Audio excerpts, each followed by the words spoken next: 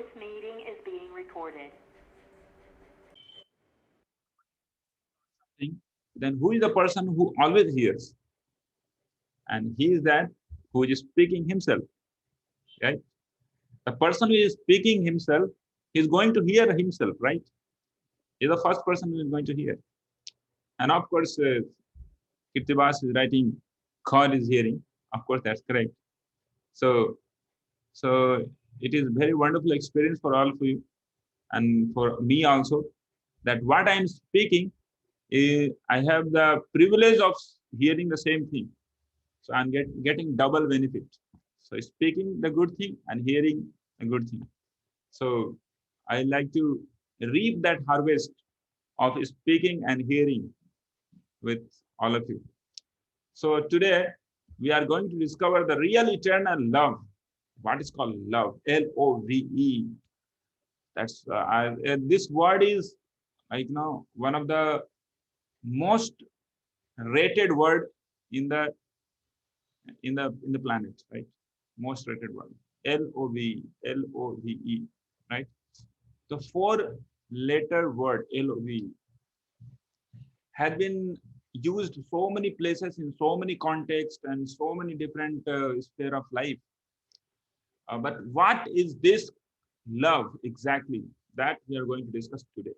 Okay, so this is going to be a very much mind-blowing session, uh, paradigm shift session, right? So now I'm going quickly to share with you all little slideshow with you. So here it go. Hopefully you are able to see this slideshow. Yeah. So some more of our friends have joined. Subrata Sahana has joined. Akash Bashar has joined. Okay. So welcoming all of you once again. So let's go ahead quickly. So see, I'm gonna go very fast, very fast. Okay. So I request all of you, please keep yourself ready, mind open. If we have a small little booklet, that also you can keep it, keep it writing somewhere something.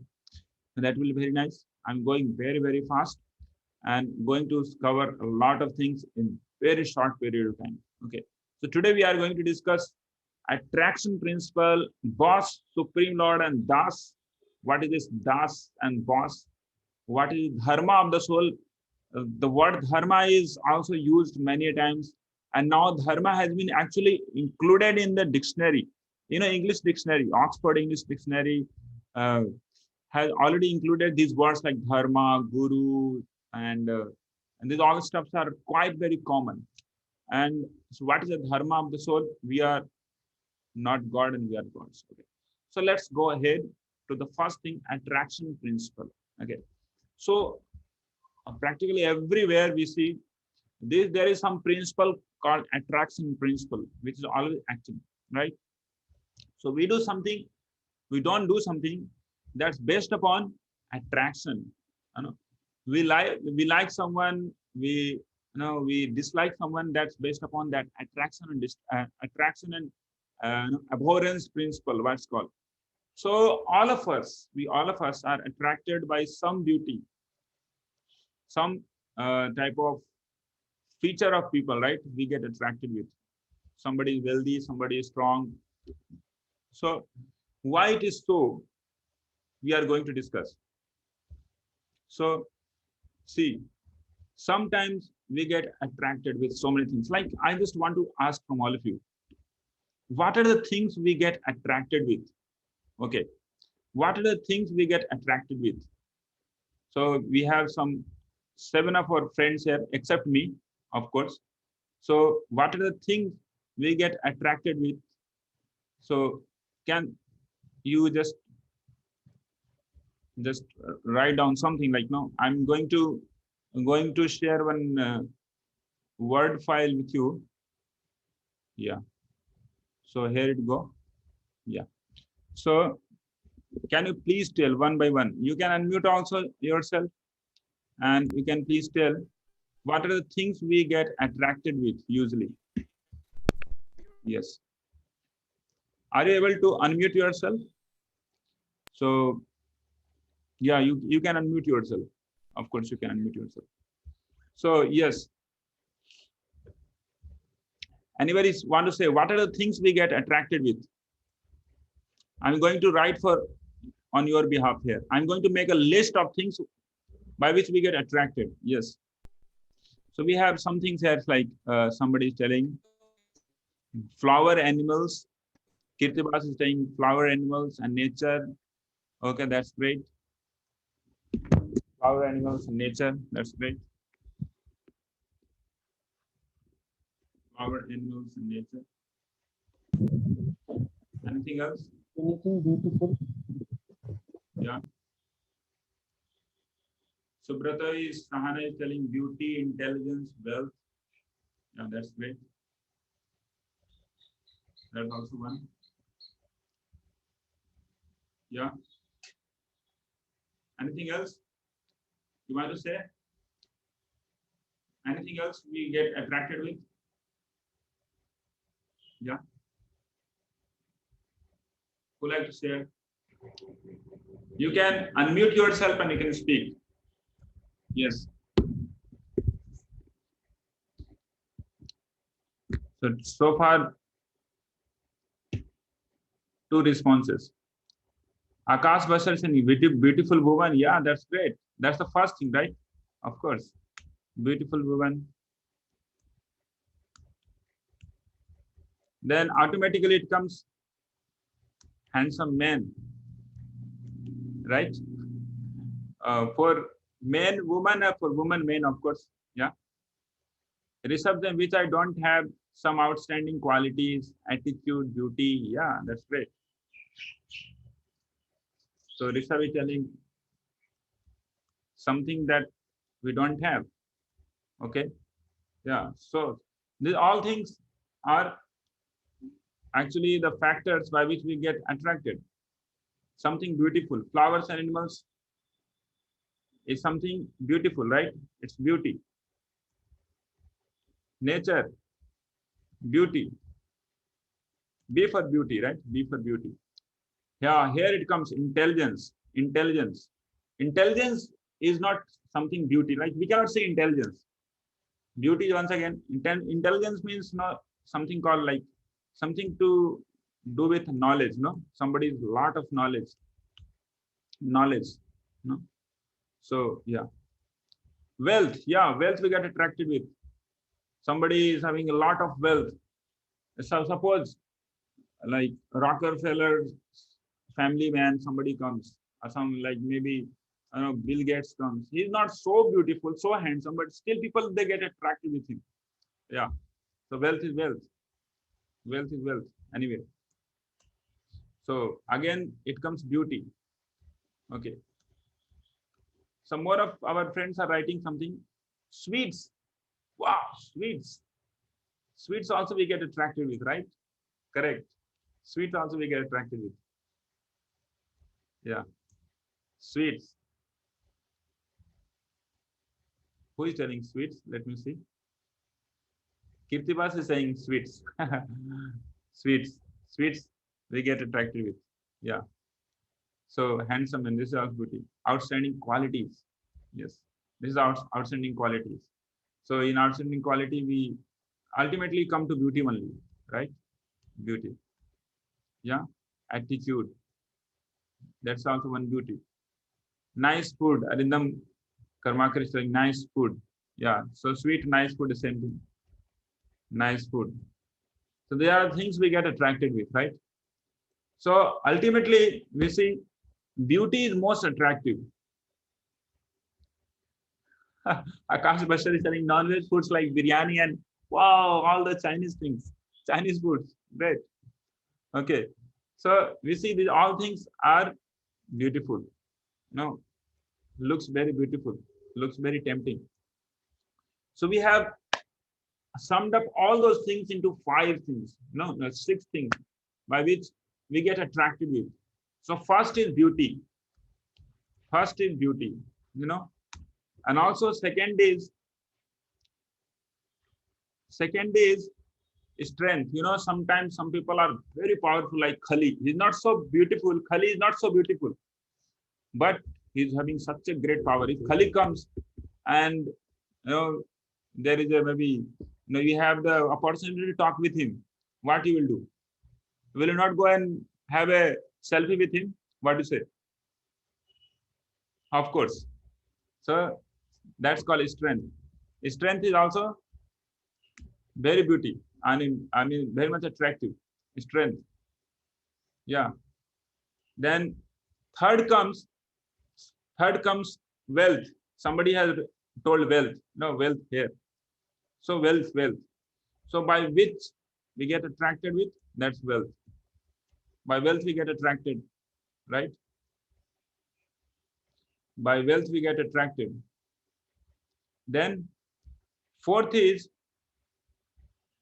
somebody has written intelligence here. Intelligence, knowledge is like almost synonymous. So fourth is, knowledge. If somebody is very much knowledgeable, then we get attracted with.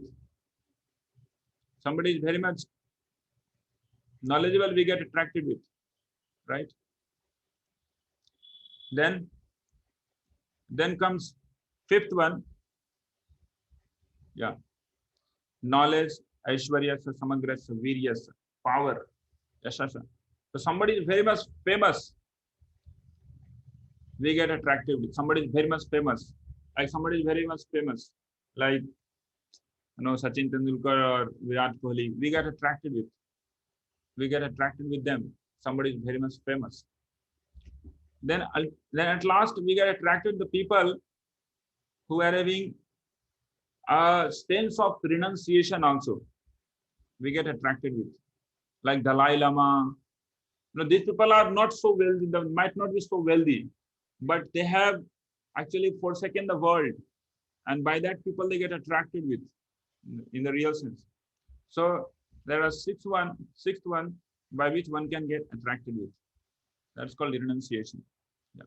So these are actually this is not seven, this is six. Yeah. So there are the 6 things by which we get attracted with. So we see these 6 things are practically everywhere in the world by which we get attracted, right?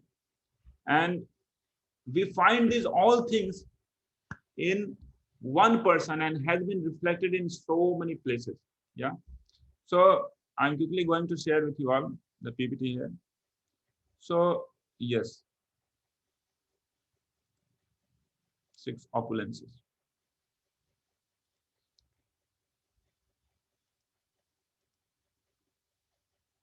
Yes.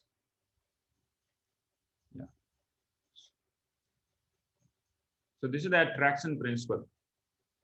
So this is what is called attraction principle. So we get attracted somewhere or other place, but Veda says that these all things which constitutes beauty, strength, fame, knowledge, renunciation, everything is having a treasure house at some place from where everything is getting, derived. So that person is Supreme God. That is the meaning of Bhagavan also. Definition of Bhagavan means Bhaga plus one. Bhaga means opulences by which one gets attracted. Bhaga. And one means the person who possesses that, right? So Bhagavan, like somebody is very much wealthy, we say him Dhanavan. Somebody is very much beautiful, we say him or her, what we say? What we say? What we say? Somebody can write in the chat box. If somebody is very much beautiful and handsome, what we say? Him or her. Shaundaryavan, right? Somebody is a lot of knowledge, we say Gyanvan. Somebody is with a lot of fame, we say him to be what? What we say? Somebody is having a lot of fame. Yes? Fame. Somebody is a lot of fame. What we say to him? Yes? Anybody can write down in the chat box. Yashwan, right? And somebody renounced having a lot of renouncing ability. Then what we say? Somebody can say Tyagwan. So this makes God all attractive to everyone. So Supreme God is one who is having these six opulences. This is definition of Bhagwan, right? Somebody asked someone like, what have you seen Bhagwan? What is the definition of Bhagwan? They have a lot of conceptions, but nothing is clear. Nothing is clear. But Vyasadev's father, his name was Parashar Muni. He is still there. He has given this definition of Bhagwan. He says, Aishwaryasya samagrasya viryasya yashashasya jnanam vairagyam yasya sannam magan itinganaha. He tells that if somebody can claim in this world that I possess all beauty, there is nothing so beautiful as me, and I'm eternally so beautiful. If somebody can claim that all wealth of this whole world belongs to me, then he can be called to be Bhagwan. Anybody, if you can claim that, then you will be awarded with the definition of, you will be awarded with the designation of Bhagwan. Somebody can say that I have all knowledge, practically knowledge of whole world, what is happening with every atom, I know that. So that can be, he can be called to Bhagwan. Somebody can say that I am famous throughout the whole universe and beyond time. No, it's not like for 1 century I am famous, another century somebody else is famous. No, I am famous for all the time. So he can be called to Bhagwan. If somebody says that I am most strong person, no one is more stronger than me, then he can be called to be Bhagwan. And somebody can say that I have renounced.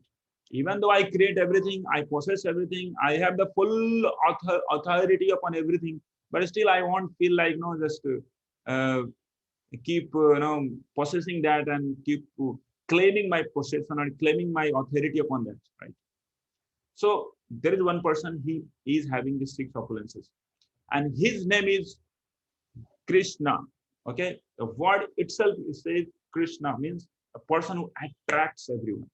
So this is called definition of Bhagwan, which is mentioned in Vishnu Puran by Parashar Muni. Okay, so in Bhagavad Gita, Lord Krishna says, Mamai Vamsa Jiva Loke Jiva Bhuta Sanatanaha. All that living entities, flowers, rasgullas, maybe you could say what it is. Somebody is beautiful, somebody is handsome, somebody is strong, somebody is knowledgeable, somebody is famous, somebody is renounced. All that opulences are coming from me because they are my part and parcel. Somebody can say, how God could be sweet? Wow, he's more than sweeter than trillions and trillions of rasgullas brought together. He's so much sweet. But to access that sweetness, one should have some caliber, right?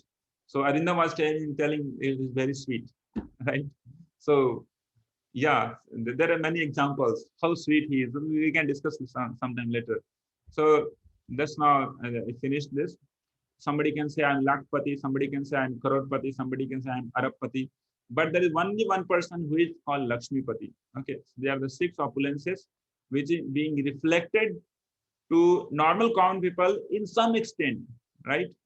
Somebody can say that no, Bill Gates was world's richest person sometime, but he's not. He's no more now, right? He's not so much rich as like usually people this used to say. There are many more rich people than him. People used to say that Albert Einstein is such a powerful genius, like has given so many theories and practically he is everywhere. In physics also you'll find him, in mathematics you will find him, you find him in chemistry, you find him in every sphere. But practically all of his theory has been challenged till now. All of his theory has been challenged and they are no more universal, right? What he was to be just 50 years before, he is no more so much reputed. Similarly, somebody can say that I'm very powerful, strong. For how long? Just a matter of few years. Somebody can say I'm very famous, like Gandhi and Tendulkar, but for how many years? Maybe for 1 century and 1.5 century. After that, people will only know you in textbooks, and after that, when things changes, then people just forget that. Somebody could be very much renounced, but he cannot be as renounced as Supreme God. Okay, so this is the definition of Supreme God. So in USA, there was one painter who had been told to sketch God's figure, sketch a God's figure, how gods look like. So he contemplated a lot. He thought that how God would be look like, because God has created everything. He could be the oldest person, right? He could be oldest person. So what he thought, the oldest person means he should be like brand. He should be like grand old man. Maybe leaning toward uh, earth and having very big beard. And believe me, that fellow, he he actually he drawn that picture in which he was depicting God having very big beard, and the God is walking. By that, what happens? He is stepping upon his own beard, no, and by that he's falling. So God is not something speculation of some person, some painter. No, God is a science. He does exist, and he is not old man. He is oldest man, that's sure, but not we, as we feel like, as we think like. Now, what is our definition of old? When somebody is old, then he is uh, ugly. He is like his teeth are not there, and he's not able to eat. He's having big beard, and he all that functionality they're not working. No, God is supreme controller, is supremely beautiful, supremely powerful, supremely wealthy, supremely famous, supremely renounced. So that is the definition of God. So, and that's mentioned in Vedas everywhere. So God is not something abstract. God is the tangible reality. God is a tangible reality. So there is unlimited explanations of how supremely beautiful God is. When he was there present practically in India, some 5,200 years before, when he used to sing upon the flute, the animated things used to get stuck. You know, whatever things are animated, like suppose Yamuna was animated, it flows. So Yamuna used to get stuck by hearing the beauty of the sound. And the like suppose for a male, female gets attracted, for female, male gets attracted. By the supreme God's beauty, all the creatures, trees, deers, cuckoos, peacocks, pigeons, every species gets attracted. That is called beauty. Okay. So that's called sweetness. That leaks the body of supreme God. So that's a supreme beauty. His supreme wealthy, as we have already known, he is Lakshmi Pati. He's supreme knowledgeable. He is the person who knows the data of every atom, what is happening where. That's why another name is Vishnu, means the person who is situated in every atom. Anu means the atom. And he knows practically what is happening to every person and what is happening to the every atom practically.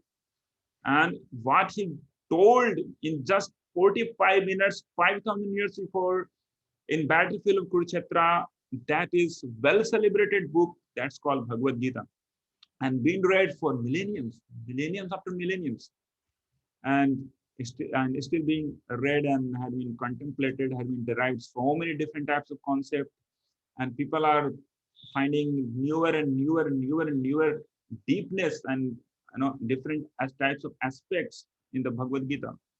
Strength, forget about strength. He is the creator of multi universes that we are going to see. But just for the sake of showing, he lifted for 7 days and 7 nights one of the biggest mountain of them. That's called Govardhan Hill, with just a small little finger of his left hand, for 7 days and 7 nights without going to washroom, right? Sometimes sometimes in India is also called factory of God. So many God keep coming. Somebody comes, I'm Kalki Avatar. Just recently somebody has posted me that there is one person in Gujarat. He is some gazetted officer. Now he's telling that he's Kalki Avatar. And that fellow is grand old man, looking very ugly, having very big belly out. And I thought that how this fellow can claim himself to be God. God is never looking ugly. God is never looking old. Never you can find Lord Ramchandra to be old, Lord Krishna to be old.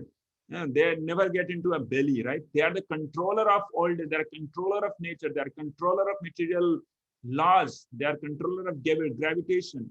If he want, he can do anything and everything. Why he has to go through this old days?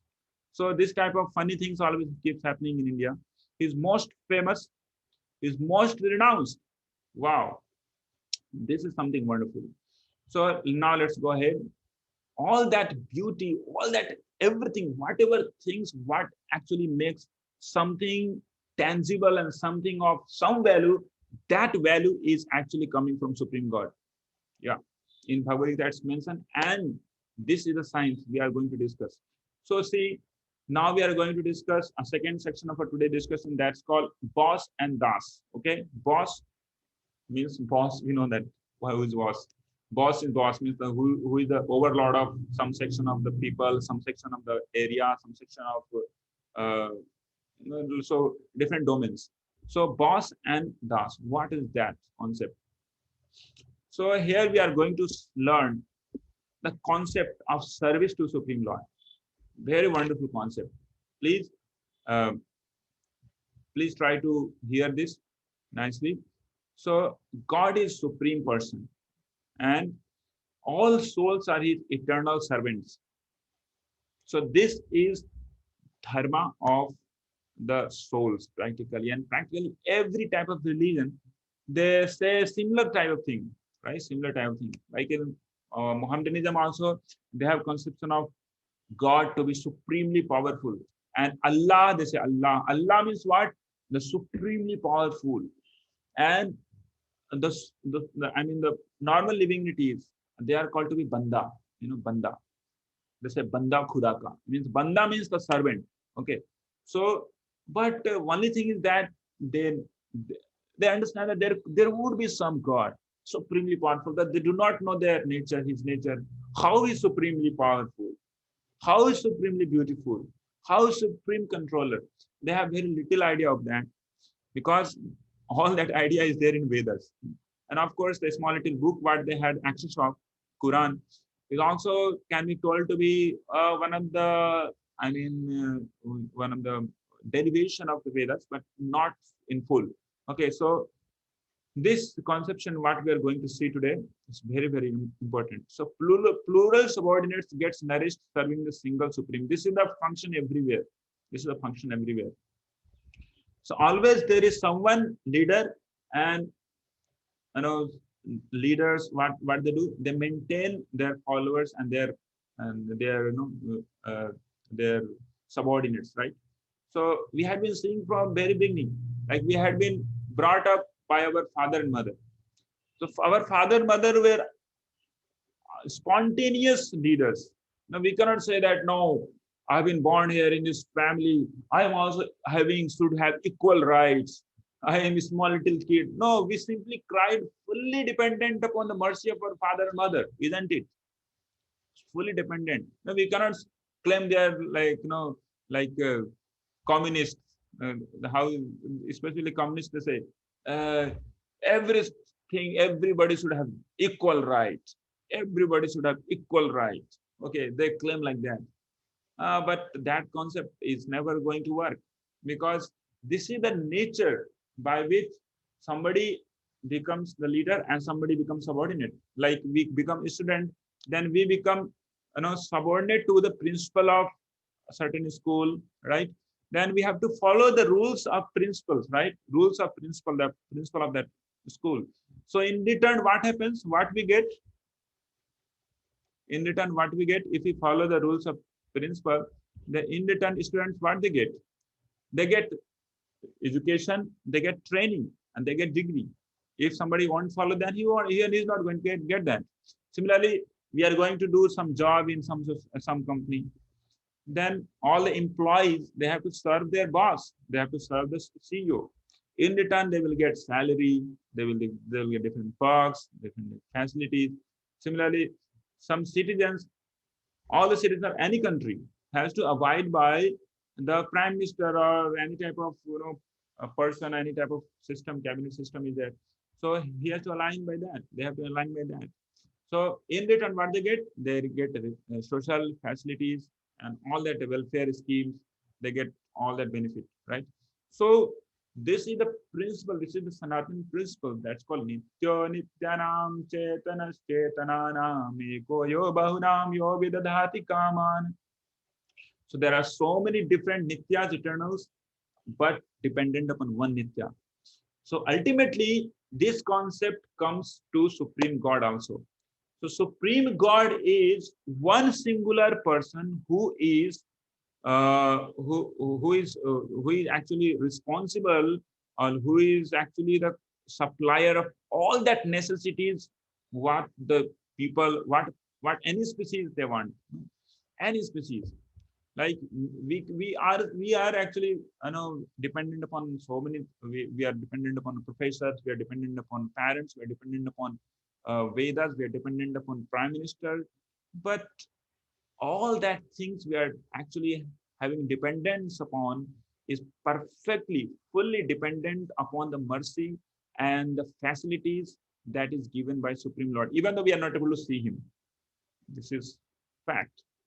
This is fact. We have seen in the previous session also that we have so many laws, we have so many wonderful things, but ultimately behind everything there is a brain behind everything. Similarly, we have seen so many facilities. We have free oxygen, we have free water practically, we have almost free food available, we have almost practically perfect place to live in, where Earth is so much nicely situated in the sun's orbit, and such a wonderful different types of layers are there: ozonosphere, lithosphere, then wall annual radiation belt, which saves us from different cosmic radiations.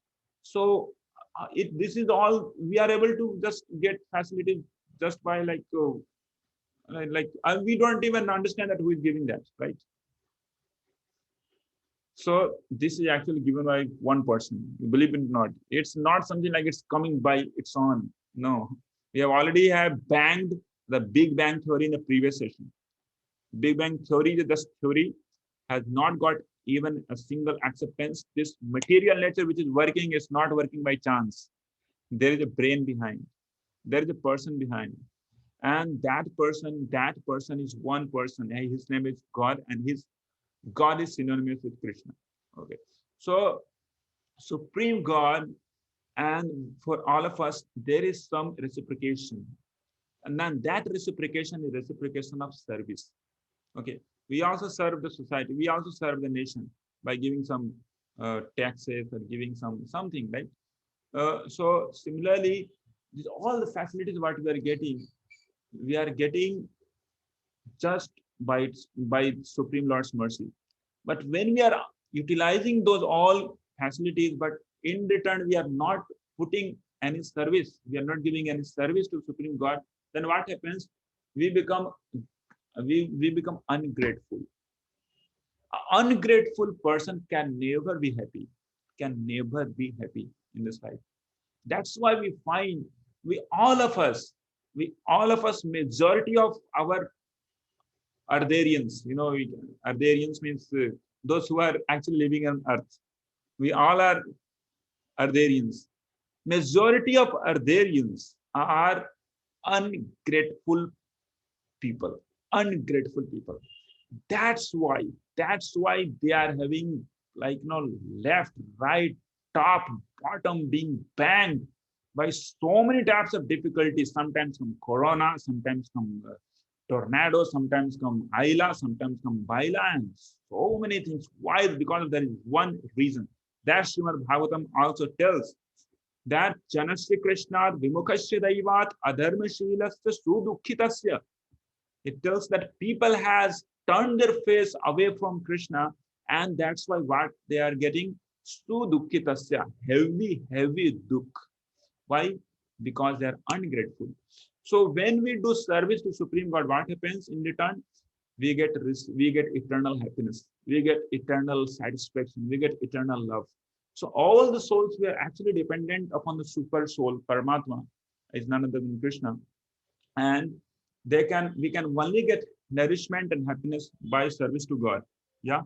So this is something very much uh, like what we say, paradigm shift concept, paradigm shift for the Ardarians. Unless one comes to this conclusion, there is no way out. Problems of life. Maybe pandemic could go over, other demic will come. Other problems are multi problems, but having only one solution. So now for all of you, there is very wonderful quiz. Please get to this quiz. So we have two columns. One is of divine, another of demoniac. So divine people are those who are grateful people. Demoniac people are those who are ungrateful people. So what happens to them? We are going to see. So what was your quiz? You can give at least one example from Shastra and from your practical experience for demoniac and divine. Okay, for 1 minute quiz. This is 1 minute quiz. Make two tables, one with the heading demoniac, another divine, and list at least 5 qualities of these two classes. So now it's your turn. Please get to this table and please try to fill that. Yeah. So somebody can say, what are the divine qualities? Yeah. We have here our friends like Akash, Bhatshar, Arindam Karmakar, Kirtibas Chatterjee, Micromax, my humble request, please change your name. I know that you are not Micromax. We have some good name. Please rename that. Rishabh, Subhajit, Subrata Shahana. Yes. So I request all of you, you can write down in the chat box that what you feel to be the divine qualities. Yes. Quickly. Quick. Okay, if you are feeling like divine qualities are very difficult to get that out, you can also write down what is demonic qualities. Yeah. Thankful. Yes, that's great. Divine qualities of human. Yeah, that's great. Kirtibas is writing calmness. Subrata Shahana is writing calmness. Yes, that's great. Yeah. Thank you so much. Let's go ahead. Some more of our friends are still waiting to write. Bhagavad Gita chapter 16. Akash Bashir saying, wow, you have given a full list of the source only. Okay, that's great. Chapter 16, it tells about divine and demonic qualities. Yeah, thank you, Akash. Yeah, some more of our friends are still there to be responded. Yes. Please, quickly go ahead. Yeah. So Kirtibas is again writing forgiveness. Yeah, that's true. Subrata Sana is sorry. Kirtibas and demonic people are always Abhimani, yes, proudy. They are proudy. Yes. Subhajit Chakravarti is in calmness, tranquility, equanimity, forgiveness. Subrata Sani is in forgiveness. That's great. Yeah. Thank you so much, all of you, for giving this seed. The first thing is that demonic people, they rebel against God's law. Divine people obey God's law. Demonic people, they selfishly concerned about one's own gratification. Divine people, they have selfless service to God and others. Demonic people, they say, I am self-made man. Divine people, they say, grateful. They become grateful to God. You know, demonic people say, I am man. Why don't have to do and don't have to take from anyone. I am self-same man. This is what I am. I do not depend upon anyone. Whole world depend upon me. Okay. So they are quite a bit more proudy. So they go with this, just do it. No, demonic people, they do not think that what is going to be the consequences of what I am doing. No. They do not have any aim of life. They do not have any objective to fulfill.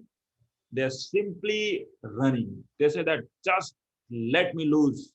Just let me go wherever I want. Whatever I feel like, let me do. Whatever I think, whatever I like to eat, let me eat. Whatever with whoever I I want to stay to live, let me live. So they're having this type of conception. They do not know what are the consequences of what I'm doing. Just do it. Eat, drink, and enjoy. That's it. So that's the that's the slogan of their life. Being conscious to avoid sin. Okay, but divine people, they know, they always think before what they think before doing anything. No, they're quite conscious about that. That if I'll do this, what consequences are going to be. Always want their enemy in trouble. Yeah, that's great. Kirtibas. So see, all these demoniac propensities has been personified in one person. Can you tell any person you think to be the role model of all demoniac qualities? Any person, can you please tell the name? In the history, you can also find in the Vedas also you can find. Also, we can write contemporary. You feel like any person. Oh, Akash Bashar is saying Duryodhan. Kirtivas is saying Mahishasur. Wow. Ravan, Kans, Duryodhan. Oh, such a big list. Subhasis Chakravarti, Subhaji Chakravarti. Thank you. Rishabh saying Ravan. That's great. Yeah, that's true. So Ravan was something like that. Yeah. Ravan was someone like, any girl he will see, immediately he'll feel like, oh, this girl is supposed to my wife.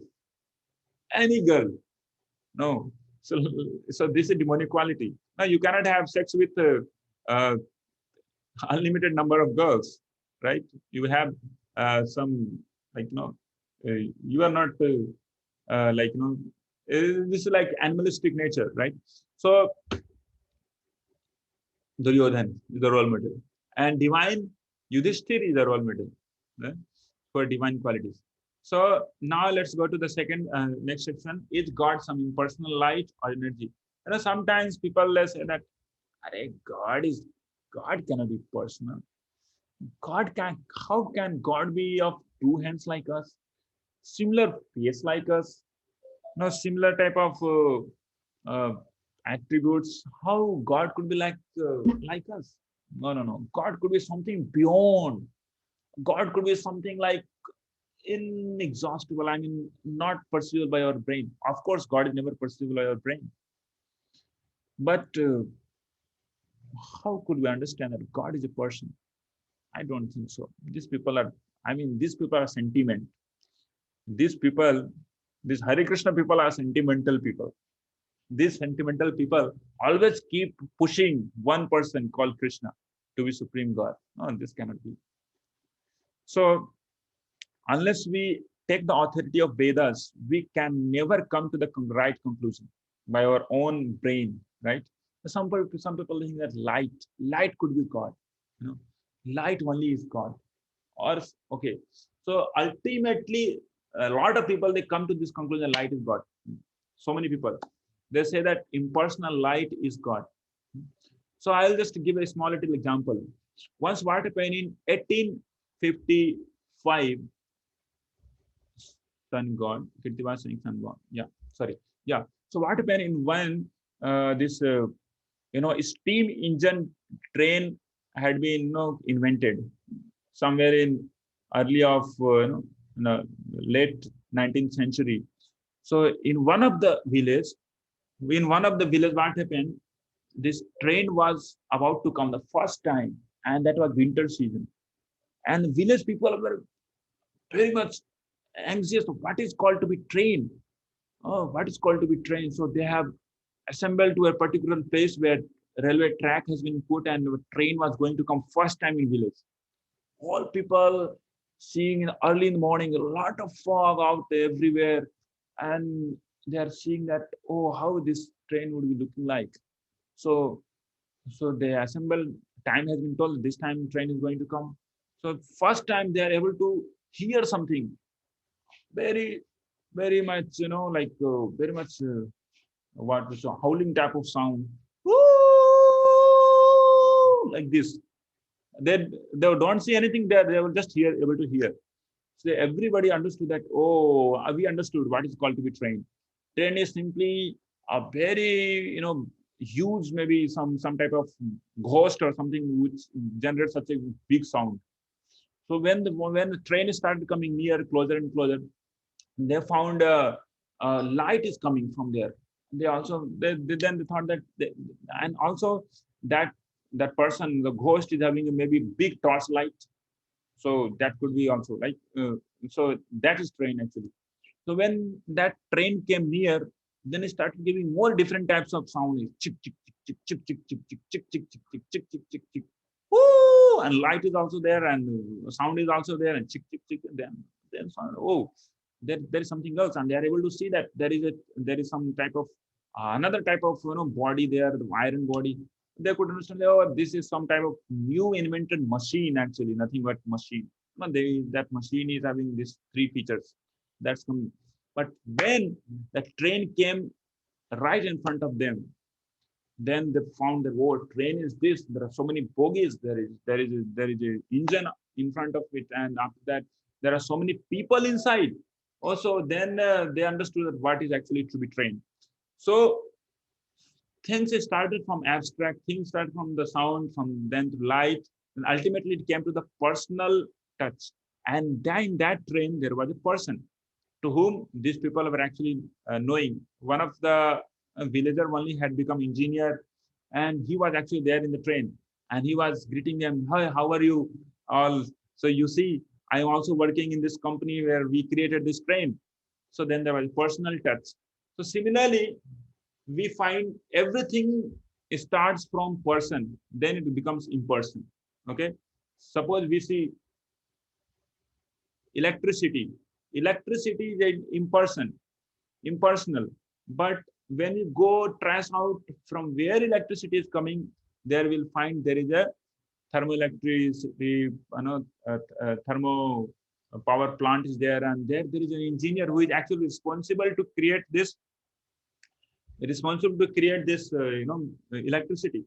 So everything is coming from person. We have this example, very famous example of Microsoft. Microsoft is practically everywhere. I'm also using Microsoft PowerPoint. But Microsoft PowerPoint, behind everything, there is a person. This person has become very old. But this person is small little soul is managing such a big MNC. So then what about God, Supreme God? What he cannot, what he cannot do that? Yeah. So, okay. Yeah. So somehow this, are you able to see this PPT? Yes.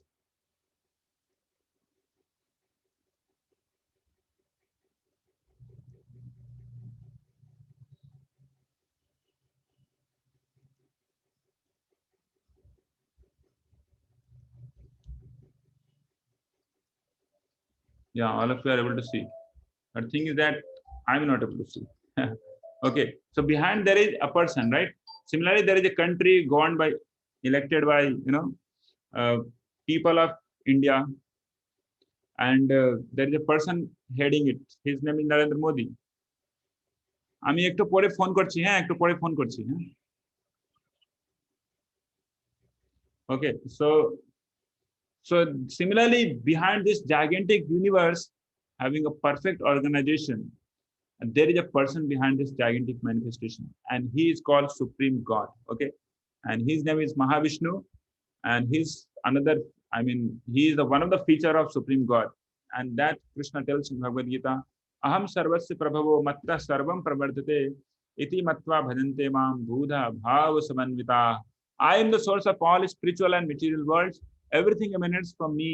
The wise who perfectly know this engage in my devotional service and worship me with all their hearts.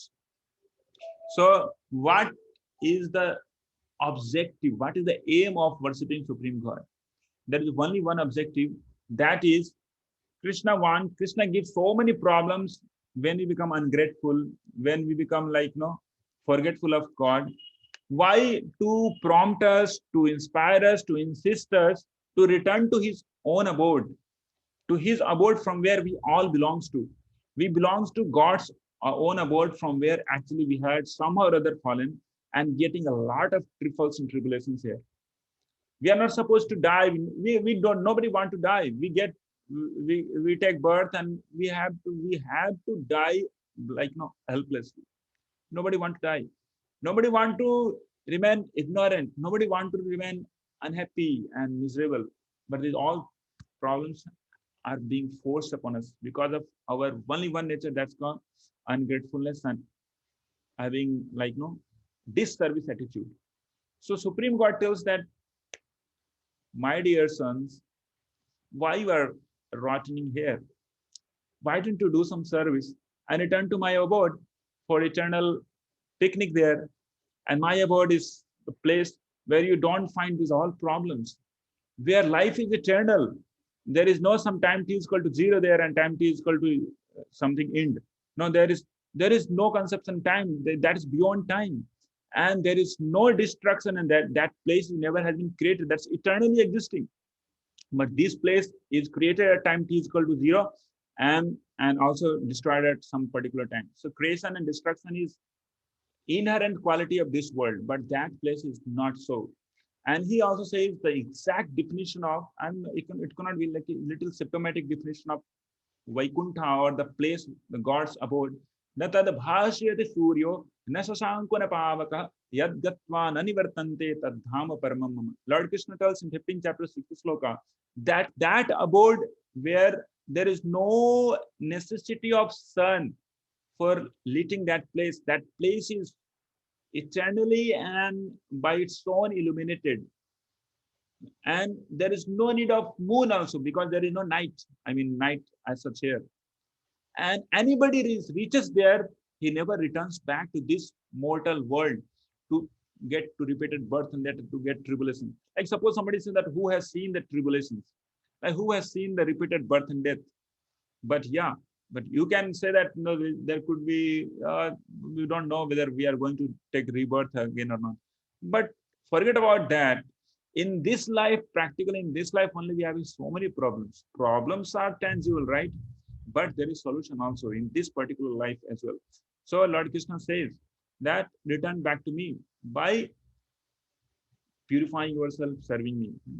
So there are so many different types of I mean benefit serving the Supreme Lord. So I'm just skipping some few slides because of little lack of time. I'm going straight to this particular slide where it's mentioned how Supreme Lord reciprocates even we are in this world. Okay, so please bear with me for just few seconds. So here it go. Yeah. So Lord Krishna's another name is called Bhaktavatsala. Hopefully you are able to see this particular slide. Here it go. Yeah. So even in this world also, he reciprocates. No, we are able to see or not, but he reciprocates. The prayers are being reciprocated. And how it has been reciprocated, there is a history, there is a recorded history. When there was Mahabharata war, of course, Lord Krishna was there on the planet. But there was a time when one of his great devotee, Draupadi, was being disrobed in the assembly of Kurus. And their big, powerful husbands, I mean, 5 husbands of Draupadi. That's a unique example.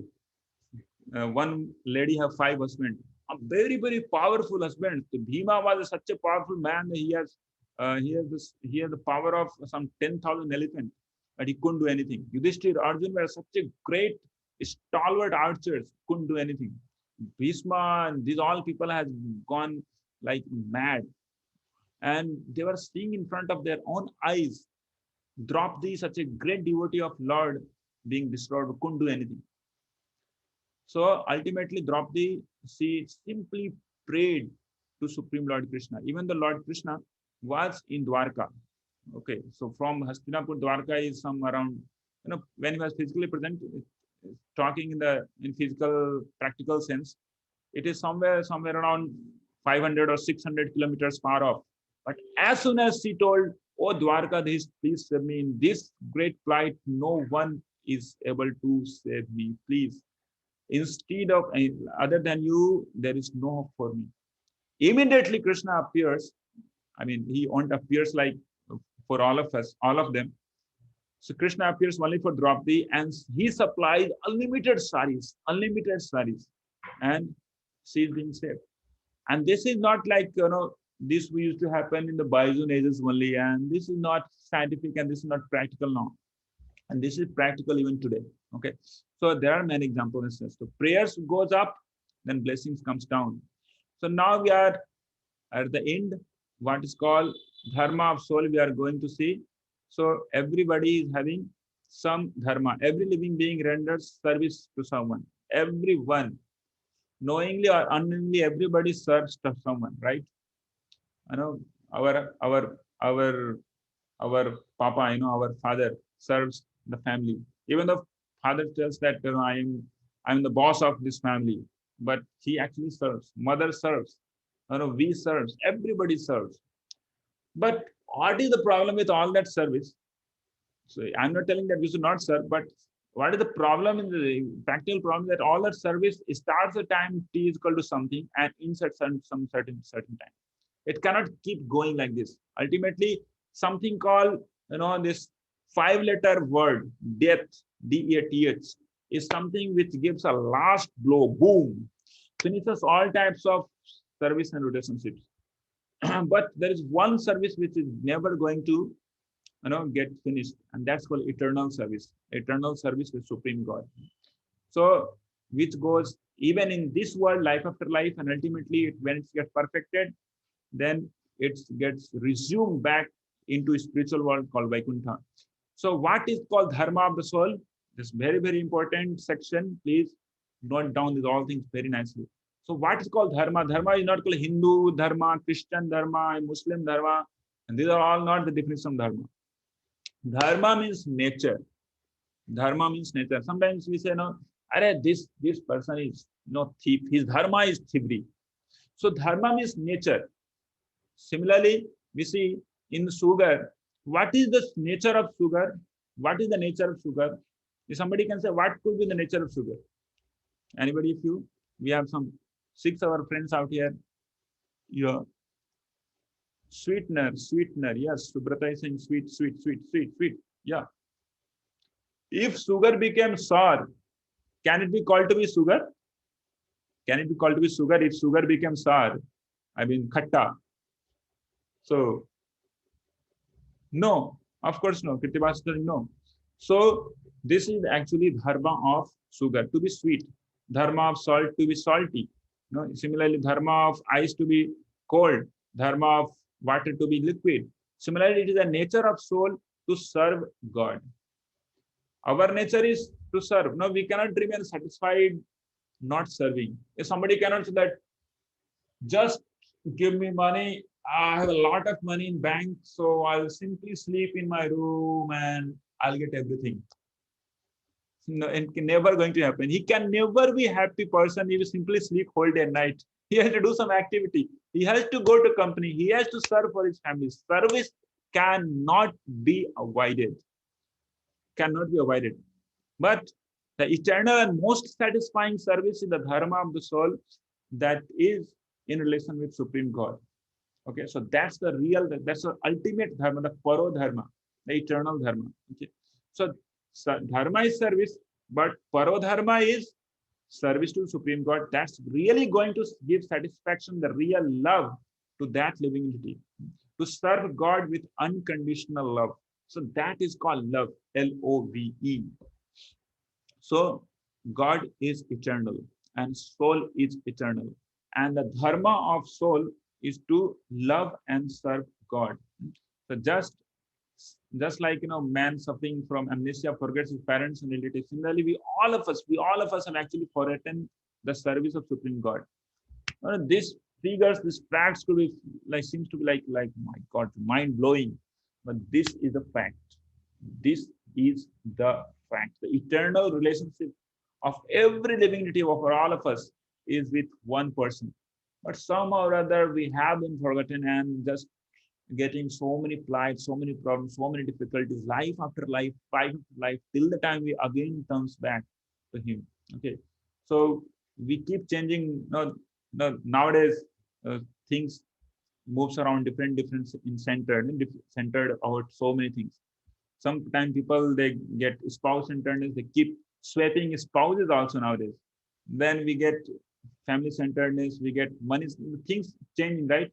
In beginning, somebody becomes spouse centeredness, then becomes family centeredness, then family kicks in, then he becomes money centeredness, then money gets finished, then he becomes then work centeredness, then he becomes possession centeredness, then pleasure centeredness, then ultimately nobody cares for him, then he becomes pet centeredness. And this is all. Life is boom, finish. So, but it's like I'm not telling that we should not having this all aspects, but we should never forget that Supreme God is the prime objective of all that centeredness. So Supreme God is called to be like a center upon which we can create many circles without without cutting any other circle. We have so many centeredness, we have so many centers, and we are going to make so many different circles. Then what will happen? One circle will cut another circle. This is why it happens. No, he likes him, she likes her, and she likes so everybody centers are separate. So this circle cuts that circle cuts that circle, and so many problems, so many difficulties in life, in family, in relationships. Why? Because they have forgotten the real center. The real center is Supreme God. Unless that center has been put, no matter as many circles we create, there is going to be trouble. But a concentric circle, we can create unlimited circles with a one center, and that is never going to cut any other. So that is the clue of a happy life, a happy society, a happy nation, a happy continent, and ultimately a happy planet, and ultimately a happy universe. And there is no other way, there is no other way, there is no other way. There could be many United Nations, there could be many meets, and there could be so many, different types of, people are keep thronging their mind how to solve the problems, but they are never going to be successful unless they come to one conclusion of being God conscious and having single centeredness. So now I end here with a small little summary of today's discussion. So in beginning, we saw attraction principle. Even there, we saw that everything, whatever we feel like attractive, is actually having its source with Supreme God. It's just a reflection of Supreme God. The Supreme God is a person who's having six opulences. Six opulences. I think you still remember he is the supreme beautiful, supremely famous, supremely strong, supremely, supreme knowledgeable, supremely renounced. So these are the six opulences. Then we saw that how everybody is actually serving. Knowingly or unknowingly, all are serving. We all are serving. But our services are not getting perfectly reciprocated in course of time as well as in course of magnitude also. We give this much service and we get this much satisfaction. Now sometimes if I love him so much, but she don't loves me, or she tells it, I love her, love him so much, but don't love me. He don't love me. So like this, we see there is never a perfect satisfaction of any centeredness. But ultimately, the dharma remains service only. We cannot simply live without acting. We have to serve some. We have to serve family. We have to serve company. We have to serve people. We cannot remain satisfied without serving. But that service, unless it gets centered towards Supreme God, Hari, that is never going to satisfy anyone. One could be great philanthropic social worker like Mahatma Gandhi, and the same people to whom they have served, like Mahatma Gandhi, will be shooted. The Muslims, the Hindus, for whom Mahatma Gandhi was fighting for unity and all this stuff, they kicked him. At last, one of his very much great fan, Nathuram Godse, was such a great fan of Gandhi. He shooted him. So unless one comes to that conclusion of service to God, we hardly find any solution in the personal life, in social, in any type, in any domain. So that's very important for all of us to take this initiative for our own life and to help others also to get connected with God. This concept is the eternal truth, which is not a creation of someone's mind. This is eternal Vedic truth, has been truth for time immemorial and will be a truth for time immemorial. This is called truth, the absolute truth. It's not a relative truth. So thank you so much for all of you to joining us. It's exactly 2:06 right now. Yeah. So some more announcement for all of you. On Wednesday, we are having a mantra meditation session, 15 to 20 minute session. on Wednesday evening. That will be announced. That has been announced now, and that information will be given to all of you. So you can join us on Wednesday. And if you have any question, any comment, any doubt, you can write down in the chat box, or else you can write in the WhatsApp group. I will be very much happy to respond to your answers, respond to your questions. Yeah. So still, if you have any question, any doubt, you can ask. Unmuting yourself.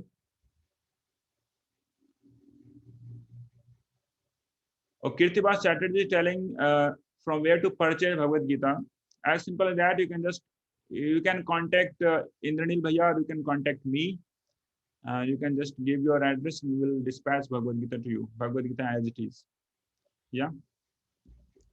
So my number is 629-547-8774. The cost will be minimal, whatever cost, and other than the delivery charge, whatever comes, that you have to see. So we can discuss it later on separately, privately also. There is no problem about that. If you have anything to discuss from this section, what we discussed today, then you can speak, or else we'll stop this meeting for now. Yeah.